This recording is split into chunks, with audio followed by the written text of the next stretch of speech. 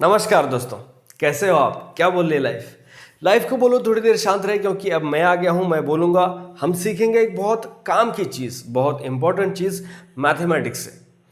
और आज के लेक्चर का जो टॉपिक है हमारा वो है इरेशनल नंबर्स, अपरिमेय संख्या। सबसे पहले हम देखते हैं इरेशनल नंबर्स की डेफिनेशन क्या है, उसके बाद कुछ एग्जांपल्स देखते हैं, उसके बाद जो बहुत ज़्यादा आपके मन में सताने वाले सवाल है, फॉर एग्जांपल क्या पाई इरेशनल नंबर है? इरेशनल नंबर की कंसेप्ट कौन लेके आया? ये कौन है जो हमें इतने टफ नंबर्स एकदम मैथमेटिक्स में पढ़ने पे मजबूर कर देता है? ये चीज़ें भी देखेंगे, ठीक है? तो चलो शुरू करते हैं आज के लेक्चर को। दोस्तों, ये है हमारी डेफिनेशन इरेशनल नंबर्स की। Real numbers that are not rational are called as irrational numbers. अब आपको लग रहा होगा कि सर ये क्या मजाक कर रहे हो, सही सही बताओ ना क्या है डेफिनेशन। देखो, हमने सबसे पहले जब नंबर्स का क्लासिफिकेशन देखा था तो रियल नंबर्स हैंडराइटिंग आज काफ़ी सही आ रही है, रैशनल और ये थे इरेशनल, ठीक है। रैशनल नंबर्स पे मैंने एक लेक्चर बना के रखा है ऑलरेडी, वो अभी अभी अपलोड किया है, वो देख लो।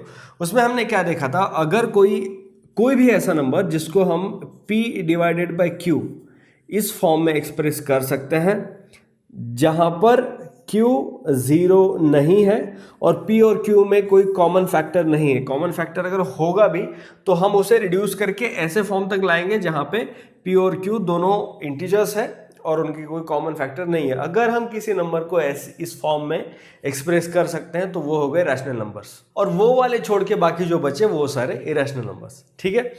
अब देखो दोस्तों, इरेशनल नंबर्स मतलब बेसिकली क्या, मान लीजिए हमारे पास कोई एक ऐसा डेसिमल है, ठीक है, 3.1415 ये ऐसे आगे बढ़ता जा रहा है। ये है जो तुम्हारी पाई की वैल्यू, ठीक है। ये जो डेसिमल की प्लेसेस है आगे, इनका कोई पैटर्न नहीं है या फिर कोई डिसाइडेड या फिर कोई डिटरमाइंड सीक्वेंस नहीं है। इसलिए ये डेसिमल जब आगे ऐसे बढ़ते हैं तो आप प्रेडिक्ट नहीं कर पाओगे कि अगला डिजिट कौन सा आने वाला है, ठीक है। यहां पे बहुत ज्यादा इनडेफिनेट होते हैं ये आने वाले डिजिट। तो ऐसा डेसिमल या फिर ऐसा नंबर जो डेसिमल फॉर्म में लिखने के बाद अगर हम वहां पे कोई पैटर्न ऑब्जर्व नहीं कर पाए या फिर अगर हम प्रेडिक्ट नहीं कर पाए विथ कन्विक्शन कि आगे कौन सा डिजिट आने वाला है, तो वो हो गए इरेशनल नंबर्स। इरेशनल नंबर्स का सबसे बढ़िया एग्जाम्पल जो है वो किसी भी उस नंबर का स्क्वायर रूट जो परफेक्ट स्क्वायर नहीं है। अब देखो, हमारे पास परफेक्ट स्क्वायर में कौन आता है? हमारे पास परफेक्ट स्क्वायर में आता है 4 जो है 2 और -2 का स्क्वायर। हमारे पास आता है 9 जो +और-3 का स्क्वायर है। हमारे पास आता है 16 जो +और-4 का स्क्वायर है। लेकिन अगर 2 है, 2 का स्क्वायर रूट कैसे बनाओगे? इसकी कोई डेफिनेट वैल्यू लिख सकते हो? नहीं लिख सकते, क्योंकि ये इरेशनल नंबर है, ठीक है।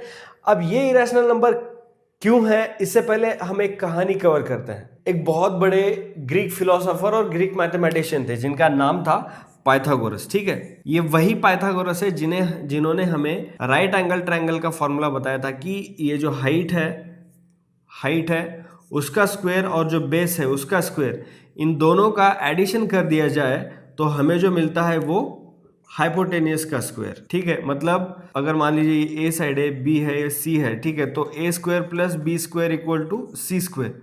ये ट्रायंगल का जो राइट एंगल ट्रायंगल का जो ये फॉर्मूला है ये हमें पाइथागोरस ने बताया था। अब जो पाइथागोरस के स्टूडेंट्स है या फिर पाइथागोरस के स्टूडेंट्स का या फिर पाइथागोरस की फिलॉसफी को फॉलो करने वाला एक ग्रुप है बहुत बड़ा, और तब से था जब पाइथागोरस जिंदा थे। उनको बोलते हैं पाइथागोरियंस, मतलब पाइथागोरस की फिलॉसफी में बिलीव करने वाले। ये लोग क्या समझते थे, जैसे आजकल बहुत लोग समझते हैं कि हर चीज में भगवान है, तो ये पाइथागोरियंस समझते थे कि हर चीज में मैथमेटिक्स है, चाहे वो ह्यूमन बॉडी हो, चाहे वो यूनिवर्स हो, चाहे वो आउटर स्पेस हो, चाहे वो फिलॉसफी हो, हर चीज को एक मैथमेटिकल नंबर से रिप्रेजेंट किया जा सकता था, ऐसे उन्हें लगता था। ये सब पाइथागोरियंस थे, ठीक है। अब पाइथागोरस के स्टूडेंट्स में एक और स्टूडेंट था जिसका नाम था हिपैसस। अब मुझे पता नहीं इसका प्रोनाउंसिएशन मैं सही कर रहा हूं कि नहीं, लेकिन उससे क्या मतलब, हिपैसस नाम के जो साइंटिस्ट थे या फिर फिलोसोफर थे, उन्होंने क्या कहा कि उन्होंने एक राइट एंगल ट्रायंगल बनाया ऐसे। उस राइट एंगल ट्रायंगल की हाइट भी एक थी, 1 यूनिट, 1 मीटर, 1 फुट, कुछ भी पकड़ लो, उसका बेस भी एक था।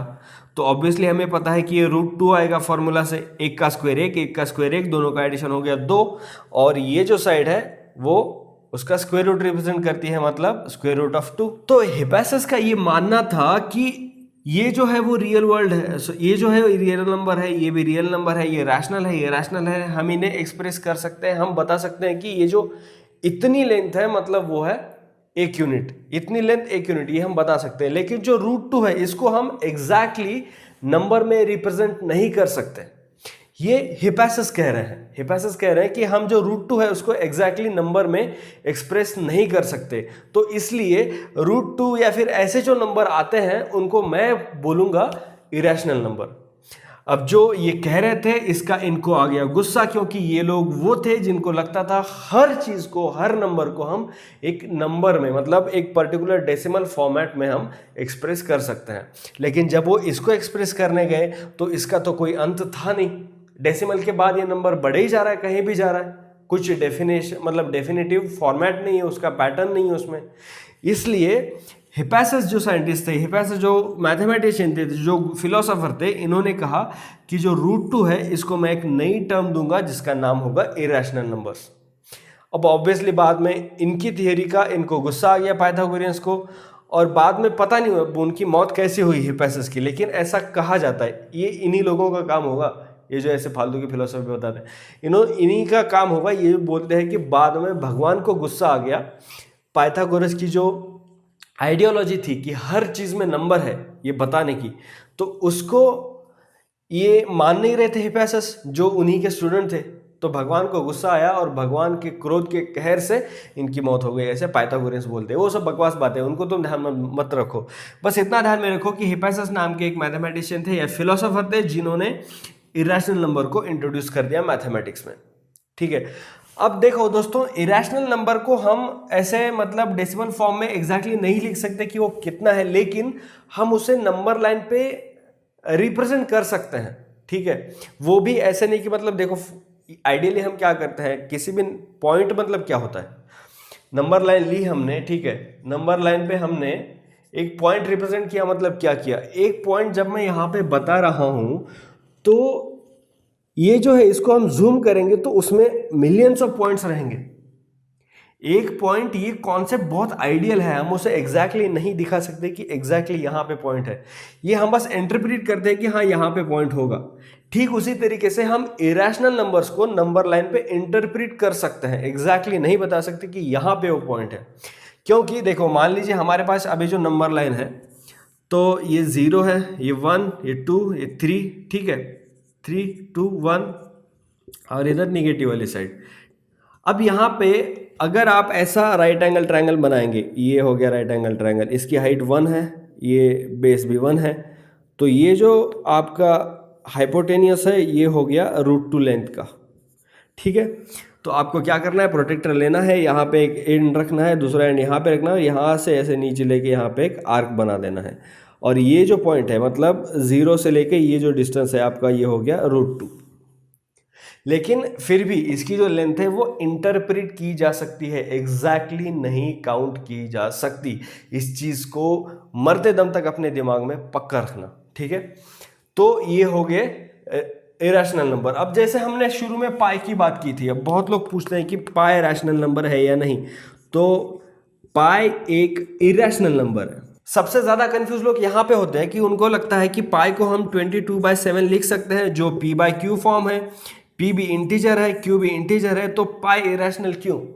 तो ये जो पाई की जो वैल्यू है जिसको हम 22/7 लिखते हैं, वो एग्जैक्ट वैल्यू नहीं है, वो है अप्रोक्सीमेट वैल्यू, जिसको ऐसे डिनोट करते हैं।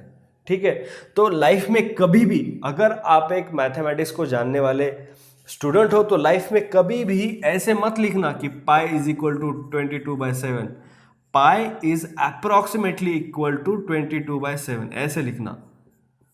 आप ऐसे लिखते हो या ऐसे लिखते हो, इससे ही पता चलता है कि आपको मैथमेटिक्स का कितना ज्ञान है, कितनी नॉलेज है। ठीक है, तो जो पाई है आपका वो इरेशनल नंबर है।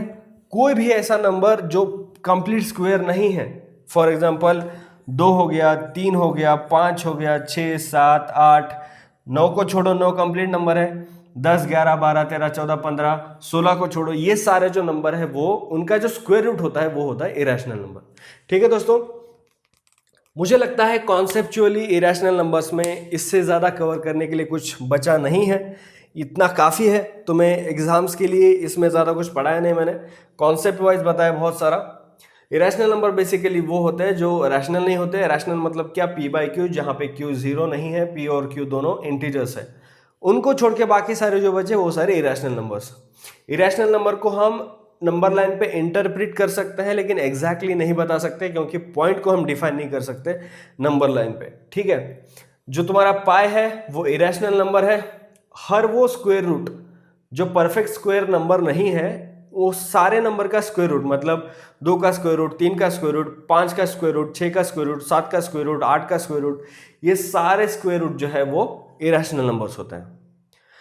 मुझे उम्मीद है आपको कुछ यूजफुल नॉलेज मिला होगा इस लेक्चर से।